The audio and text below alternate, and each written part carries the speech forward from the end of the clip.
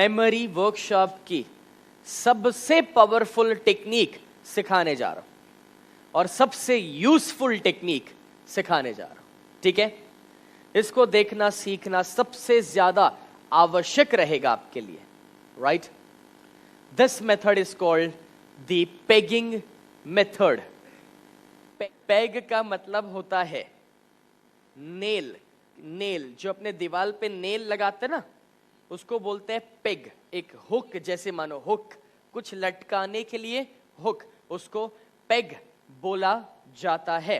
अब दोस्तों, ये जो पेगिंग मेथड है वो बनाया गया था नंबर्स के लिए। नंबर्स, अब अपने पास तो दोस्तों क्या क्या नंबर्स हैं? 0 to 9। अगर 0 to 9 अपने लिखे तो क्या आप मानते हैं कि उसमें दुनिया के सभी नंबर्स आ गए? कॉमन सेंस की बात है ना यार, राइट? ओके, अब दोस्तों हम यहाँ पर पेगिंग मेथड को यूज करेंगे और इस प्रोसेस को फॉलो करेंगे। ठीक है, अब ध्यान से देखते जाइएगा, समझते जाइएगा। Everybody needs to understand this very well.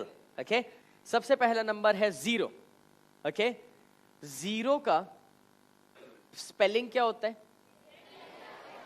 ZERO। तो हमने क्या किया, 0 का पहला लेटर जो है वो लिया, जिसे कहते हैं Z, और Z को मिरर में देखे तो कैसा दिखता है? S के माफिक दिखेगा। तो 0 के दो पेग लेटर बने, Z और S। 1 को अगर मैं उल्टा लिखूं, देखो ऐसे, सभी लोग देखना, दिख रहा है सबको? उल्टा। और अगर ये हटा दूं मैं इतना तो T दिखेगा, राइट? सो 1 का पेग लेटर है T। ओके, 2। अब 2 को मैं टेढ़ा लिखूं ऐसे, देखो तो टेढ़ा, N दिखेगा। ओके, सो 2 का पेग लेटर होगा N। 3 को अगर उसी तरह से मैं टेढ़ा लिखूंगा तो मैकडोनाल्ड्स का M बनेगा ना, तो 3 का पेग लेटर है M। 4 का पेग लेटर है R। अब आप कहेंगे यार किधर से आया? बहुत सिंपल है। अगर इसको मैं स्पेलिंग लिखूं FOUR, last letter is R, तो हमने R ले लिया। चलो ठीक है, अब सुनो, इस सिस्टम में ना कुछ भी सोचने की आवश्यकता नहीं है। जो मैं बोल रहा हूं बस स्वीकार लो। उसका रीजन है, जब आप मैथमेटिक्स सीखे थे तो किसी ने आपको बोला 1 के बाद 2 आता है और T के बाद 2 के बाद 3 आता है, क्या आपने कोई आर्ग्यूमेंट किया? जिसने वो बनाया वो प्री डिफाइंड सिस्टम है, बस उसी को फॉलो करना है। उसी तरीके से मेमोरी का ये टेक्निक जिसने भी बनाया प्री डिफाइंड सिस्टम है, उसको अपने चेंज नहीं कर सकते। हमको जो सिस्टम मिला था उसमें तो ऐसा था, 0 का ZS मिला, 1 का T मिला, लेकिन ये तो आपको याद रहे इसलिए मैं आपको रेफरेंस दे रहा हूं। 0 का स्पेलिंग ZERO, पहला लेटर Z, और Z को मिरर में देखे तो S। 1 को उल्टा करे तो T, 2 को टेढ़ा लिखे तो N, 3 को टेढ़ा लिखे तो M, 4 का स्पेलिंग में R लास्ट में आता है तो R, राइट? ओके, अब 5 जो है दोस्तों, उसका पेग लेटर है L। क्या है? L। ओके, अब आप कहेंगे कि यार 5 का L आया किधर से? अगर मैं आपको बोलूं कि आप अपनी 5 उंगली दिखाओ तो आप ऐसे दिखाओगे? अच्छा, ये क्या बना? L बना ना, ये L, राइट? ओके, 6 को अगर मिरर में देखे तो ऐसा दिखेगा, देखो तो। Okay, everybody can imagine, reverse. Okay, और इसको थोड़ा सा अपने चेंज कर दे, थोड़ा सा अलग करे, थोड़ा ये तोड़ दिया इधर से और ऊपर डॉट कर दिया तो ये J के माफिक दिखेगा ना, तो 6 का पेग लेटर है J। फिर 7, अब देखो ध्यान से, ये बहुत इंपॉर्टेंट है। अब अगर मैं 2 7 ऐसे लिखूं, एक 7 ऐसे नॉर्मल 7, दूसरा 7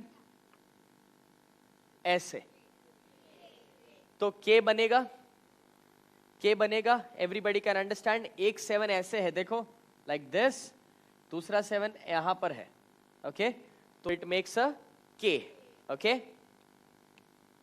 तो आपने के ले लिया। अच्छा दूसरा, वो छोटे बच्चे कौन से स्टैंडर्ड में पढ़ते हैं? के और जी, हाँ, तो के के साथ जी भी ले लिया, बराबर।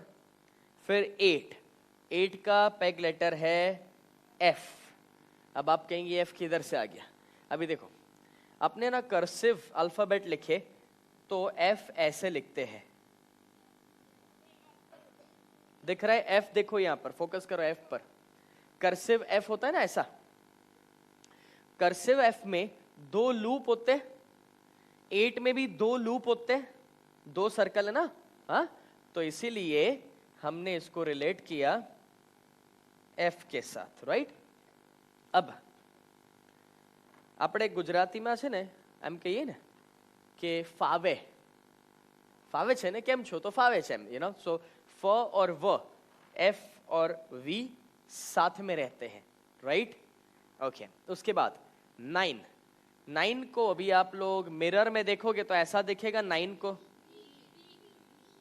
बराबर ना, ऐसा दिखेगा, मतलब कि 9 का पेग लेटर हो गया पी, और पी को उल्टा करोगे तो बी बनेगा, B, okay, fine with that. So दोस्तों वापस याद करें, 5 का एल क्यों है? 5 फिंगर एल। 6 को मिरर में देखे तो जे, फिर 7 को 2 7 एक तरीके से लिखे जाए तो के बनता है, और बच्चे किस में पढ़ेंगे? के और जी में, okay. 8 cursive F, F, okay, और गुजराती में जैसे अपने कहते हैं फावे, ओके, सो फ और वो, ओके। उसके बाद 9 का मिरर में देखे तो पी, उल्टा करे तो बी, इजी है।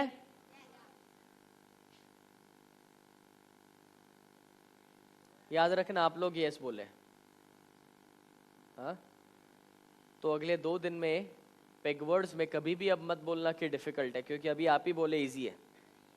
इजी है ना, सिंपल है, राइट। हाँ, तो क्या बड़ी बात है, अभी वापस याद कर लेते हैं। 0 का स्पेलिंग ZERO, तो हमने Z लिया, मिरर में S, 1 को उल्टा किया T, D 2 को टेढ़ा लिखा N, 3 को, 4 का स्पेलिंग FOUR R, 5 6 मिरर में J, 7 2 तरीके से लिखे जाएगा, 7 तो K बनेगा और K और G, 8 कर्सिव F और V, 9 का मिरर में P, उल्टा B, ओके। अब दोस्तों ये तो अपने को समझ में आ गया, लेकिन ये सारा सिस्टम जो है ना वो उच्चारण के आधार पर काम करता है। किस पर? Pronunciation, okay. अब प्रोनाउंसिएशन जो है दोस्तों, उसके लिए मैं आपको बताऊं कि ये सिस्टम जो है, अब आप देखो, आप Z और S जो है उसको प्रोनाउंस कैसे करोगे? ज और स। अब जब आप ज और स बोल रहे हैं तो आपको ऐसा नहीं लगता कि दोनों का उच्चारण सेम टाइप का हो रहा है?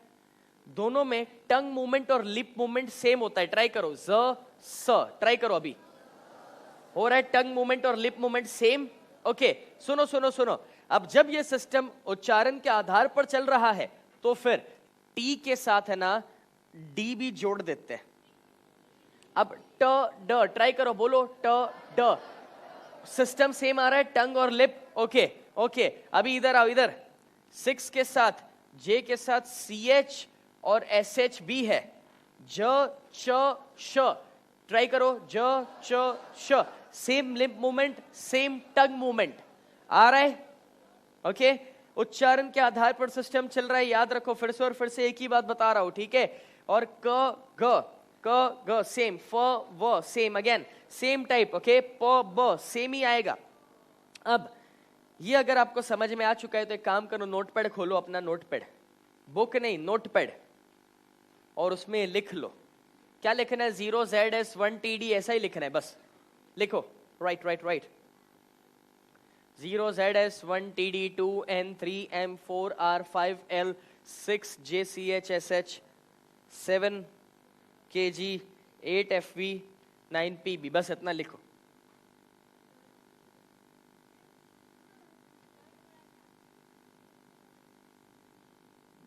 आपको याद रह गया ना? अभी इधर से कॉपी थोड़ी करना है, खुद लिखो।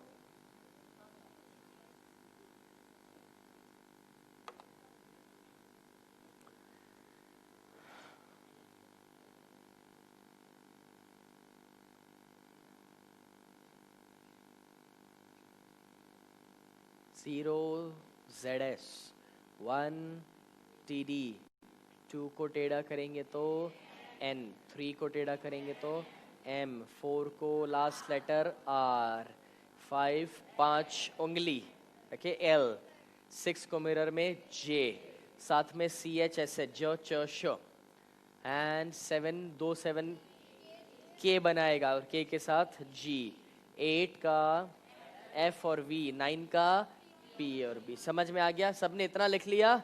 Okay wonderful. अब एक बात बताओ कि कुछ ऐसे भी तो लेटर्स है जो अभी तक लिए ही नहीं गए, जो इसमें है ही नहीं ना, ऐसे है ना? कौन से लेटर्स है ऐसे? देखो जो सिस्टम के अंदर नहीं है। इधर देखो, इधर देखो, पहले देखो, इधर देखो।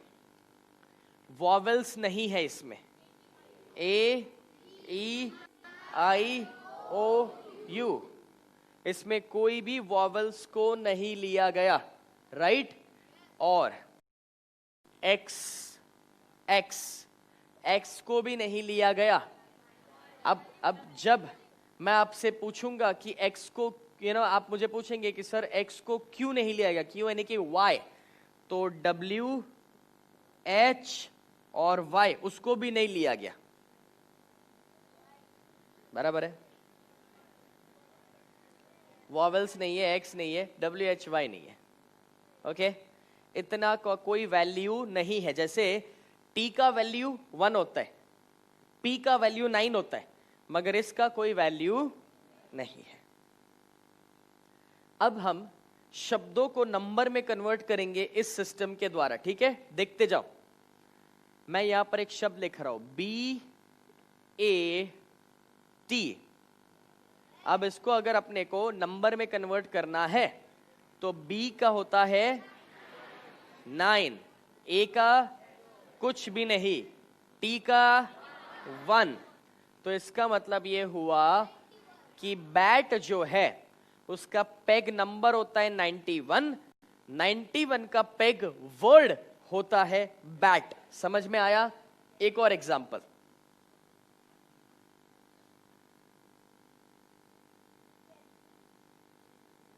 कैट, इसको नंबर में कन्वर्ट करो तो जरा। अब कुछ लोग क्या सोचेंगे, बोले सर C की तो वैल्यू है नहीं और A की वैल्यू है नहीं और T की वैल्यू 1, ऐसा नहीं, ये गलत होगा। सुनो, ये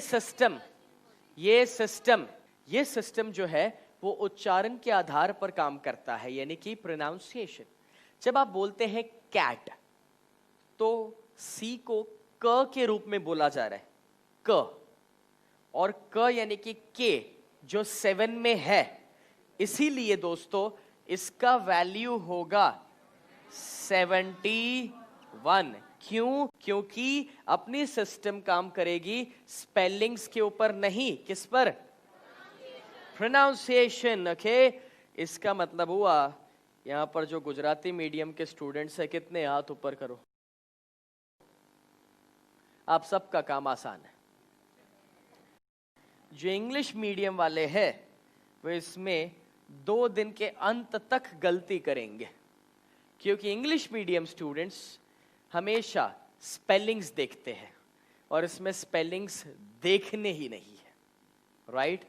चलिए कुछ और देखते हैं तो पता चले कि आप लोग बराबर सीखे या नहीं।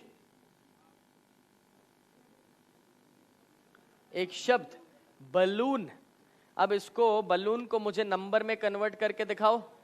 हाँ, बलून। अच्छा सुनो, कितने लोग कहते हैं 9552?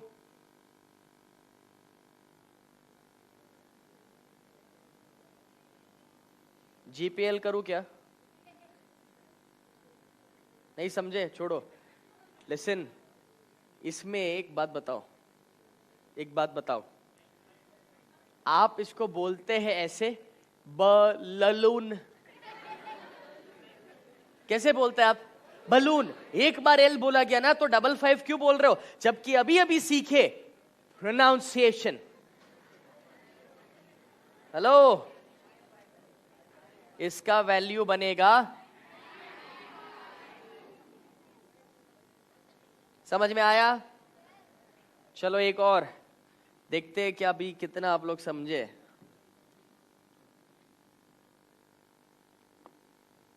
देखते हैं who is intelligent enough to answer this. और इसमें चिल्लाना नहीं है, बोलना नहीं है, जिनके पास जवाब हो बस हाथ ऊपर करे।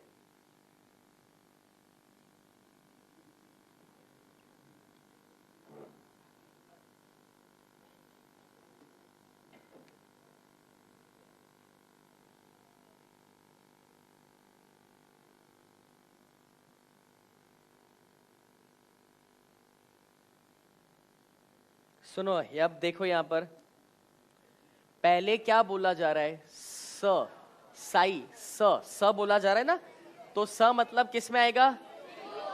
जीरो में आता है ना, एस अपना जीरो में है, राइट? तो स्टार्टिंग आया जीरो, फिर बोला गया क, तो के मतलब 7, ल 5। एक और चलो हो जाए, एक और खास। इसके बाद का आंसर आपने दे दिया, मतलब आपको सब कुछ आ गया।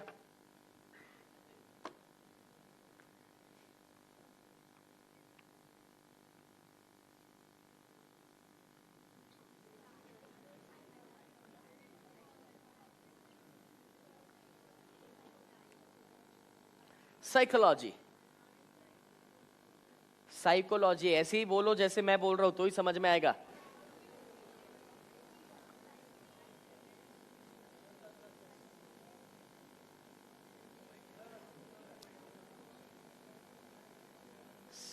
यस बेटा, आप बताओ।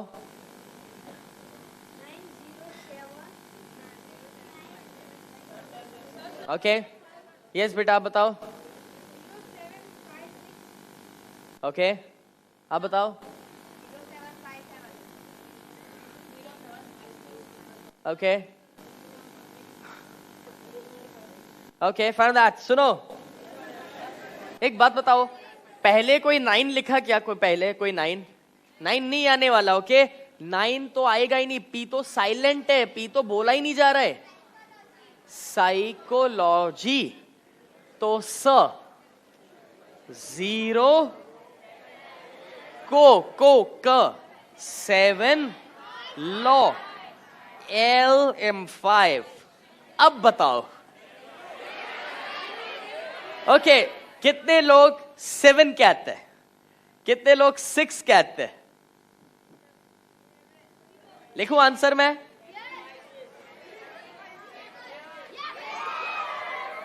ये 6 आएगा, क्यों पता है? सुनो, इसको बोला जा रहा है ज के रूप में। साइकोलॉजी, ये साइकोलॉगी नहीं है, साइकोलॉगी, ग, इट्स नॉट ग, इट्स ज।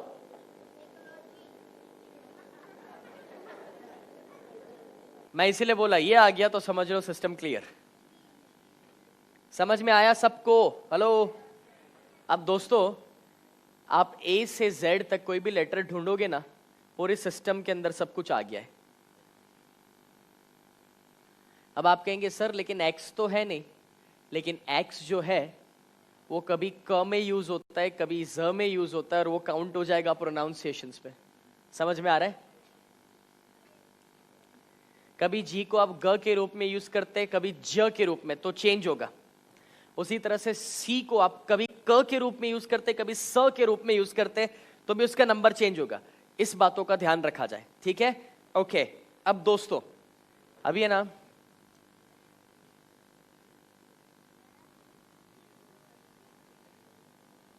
इधर देखो, जीरो का अपने पास एक लेटर है, Z या S, कोई एक, जैसे अपने Z लेते हैं, तो इसको यूज करो और ऐसे लेटर्स को यूज करो जिसकी कोई वैल्यू नहीं है और एक शब्द बनाओ।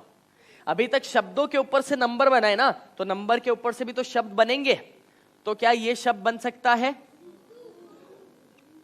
जिसमें सिर्फ Z की वैल्यू 0 होती है, बाकी डबल O की कोई वैल्यू नहीं है? फिर 1, सुनो सुनो सुनो, अब एस नंबर्स को हम शब्दों में इसलिए कन्वर्ट करते हैं बिकॉज नंबर्स हम विजुअलाइज नहीं कर पाएंगे। अब अगर शब्द भी ऐसा बनाओगे जो विजुअलाइज ही नहीं होगा तो क्या मतलब? अभी 2 शब्द बनाओगे तो मतलब ही क्या है, क्योंकि उसको विजुअलाइज नहीं कर पाओगे। इसीलिए हमने 1 का टी लिया और एक शब्द बनाया टाई, जिसमें टी की वैल्यू आई और ए की कोई वैल्यू नहीं है। फिर 2 का न्यू को कैसे देखोगे बताओ? नो को कैसे देखोगे बताओ? नाउ को कैसे देखोगे? हेलो, इधर देखो।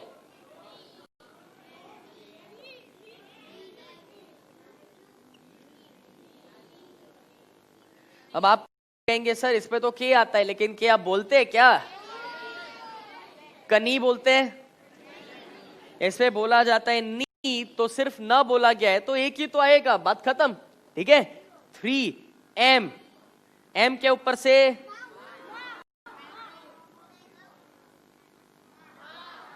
हेलो सुनो, माउस नहीं आएगा। जो लोग माउस बोल रहे हैं उसमें पीछे एस आएगा, तो 0 का वैल्यू ऐड होगा ना, तो नहीं चलेगा। अपने को तो सिर्फ 3 का वैल्यू चाहिए। ओके, सो मा। 4 आर, रे, रे मतलब किरण, सूरज की जो किरण आती है उसको रे बोला जाता है। आर के ऊपर से रे बनाएंगे। ओके। 5 एल, सुनो सुनो, एक मिनट, लियो को क्या देखोगे? लियो मतलब क्या देखोगे? लायन। ओके ठीक है, लेकिन अगर भूल से उसमें गलती हो गया, लिंक बन गया लायन का, तो एन होगा तो मुश्किल हो सकता है। लेकिन उससे एक सिंपल शब्द है और जो है लक्स। और क्या? राइट। फिर 6 यानी कि जे, JAW, जॉ। जॉ यानी कि दिस पार्ट, ये पार्ट, इसको जॉ बोलते हैं। Okay, jaw. फिर 7 के, की यानी कि चाबी। Okay, yes please. हाँ, कीवी, व 8 ऐड हो जाएगा पीछे। यस, क्या बेटा? 1 में टीवी इसलिए नहीं लिख सकते, टी के बाद जो वी आया, वी तो 8 में आता है ना बेटा। हाँ, 8 में अपने 2 लेटर थे, एक एफ था एक वी था, इसलिए। ठीक है। यस बेटा। TWO मतलब 2 को कैसे विजुअलाइज करोगे बेटा? 2 नंबर है, नंबर विजुअलाइज नहीं होते हैं, इसलिए नंबर्स को हम शब्दों में कन्वर्ट कर रहे हैं। इसलिए ऐसे शब्द बनाओ कि जिसको विजुअलाइज करना इजी है। ठीक है।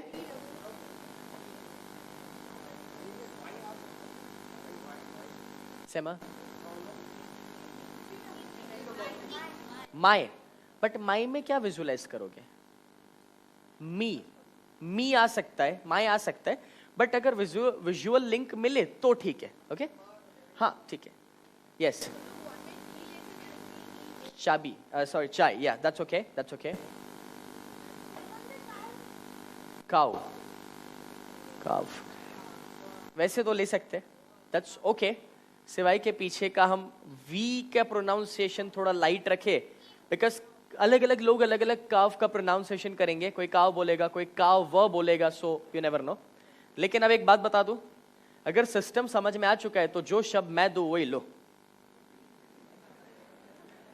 अपनी बुद्धि का जितना इस्तेमाल करोगे उतना होगा क्या कि आप सिस्टम से बाहर जाओगे। इसीलिए मैं बोला था कि मैथमेटिशियन ने दिया कि 2 के बाद 3 आता है तो कोई वजह से दिया ना, बस खत्म बात। ओके, हम अगर आर्ग्यूमेंट करके 2 के बाद 3 की जगह पे 4 ला देंगे तो आगे के जो कैलकुलेशंस आएंगे सब में गलती करेंगे। समझ में आ रहा है? इसलिए follow the system. Okay, 8 F, fuse लेंगे तो उसमें S आएगा ना।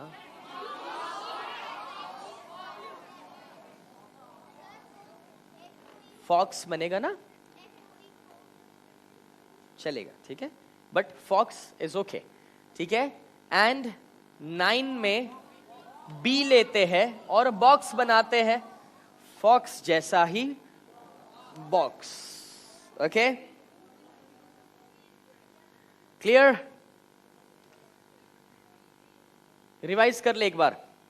0 Z जू, 1 T। नाउ डायरेक्ट शब्द मत बोलो, सिस्टम फॉलो करो। पहले पेग लेटर, बाद में वर्ड।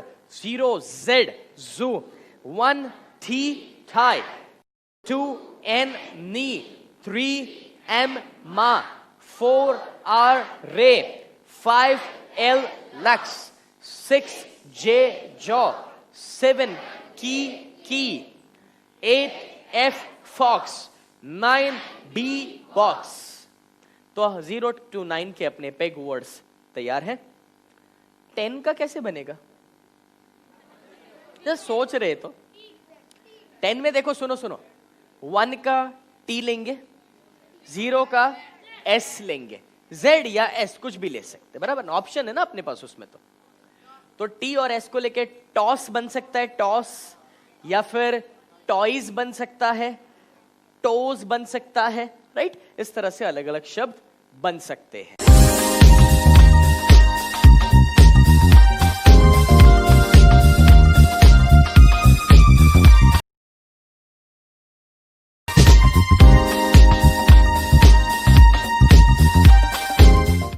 आज कितने सारे टीनेजर्स जिनका सबसे बड़ा चैलेंज यही तो है कि मैं क्यों ऐसा दिखता हूँ, क्यों चेहरे पर पिंपल्स है, या फिर इतना काला क्यों हूँ, या मेरी हाइट कम है, या मेरे बाल फ्रीजी है या खराब है। बट सच तो ये है कि 60 to 70% लोगों को ये लगता है कि वो अच्छे दिखते नहीं है, उन्हें इम्प्रूव करने की जरूरत है। But to be honest with you, actually आप जब कभी भी कोई भी अच्छे ब्यूटीफुल हैंडसम लोगों को देखते हैं, जस्ट थिंक, क्या एक्चुअली वो ब्यूटीफुल है या फिर उनका काम ब्यूटीफुल है। यानी कि अगर कोई भी आप सुपर अचीवर्स को देखेंगे तो उनकी ब्यूटी या उनकी स्मार्टनेस उनके काम के साथ जुड़ी हुई है और उनके अचीवमेंट्स के साथ जुड़ी हुई है। फॉर एग्जाम्पल, अगर आप दीपिका को देखें उनकी फर्स्ट फिल्म ओम शांति ओम में, और बाद में आप रामलीला या फिर बाजीराव मस्तानी में देखे तो कई गुना ज्यादा ब्यूटीफुल हो गए, जस्ट बिकॉज कि वो एक सुपर अचीवर बन चुके हैं। या फिर अजय देवगन, उनका कलर देखिए, जब वो फिल्मों में आए थे तब उनकी पर्सनालिटी क्या थी, आज क्या है। और हर एक चैंपियन हमेशा अपनी ब्यूटी और हैंडसमनेस को दर्शाता है सिर्फ और सिर्फ अपने अचीवमेंट्स के द्वारा।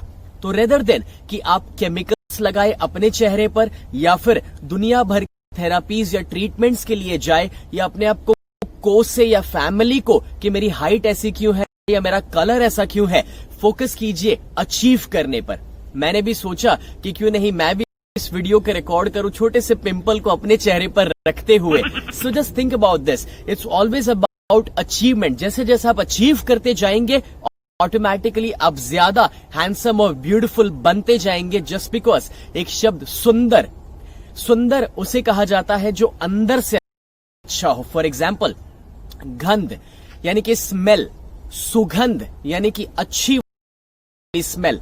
तो अंदर और सुंदर यानी कि हैंडसम और ब्यूटीफुल बनते जाएंगे, जस्ट बिकॉज एक शब्द सुंदर, सुंदर उसे कहा जाता है जो अंदर से अच्छा हो। फॉर एग्जाम्पल, गंध यानी कि स्मेल, सुगंध यानी कि अच्छी वाली स्मेल। तो अंदर और सुंदर यानी कि जो अंदर से अच्छा है उसे सुंदर कहा जाता है। That's the real definition of beauty.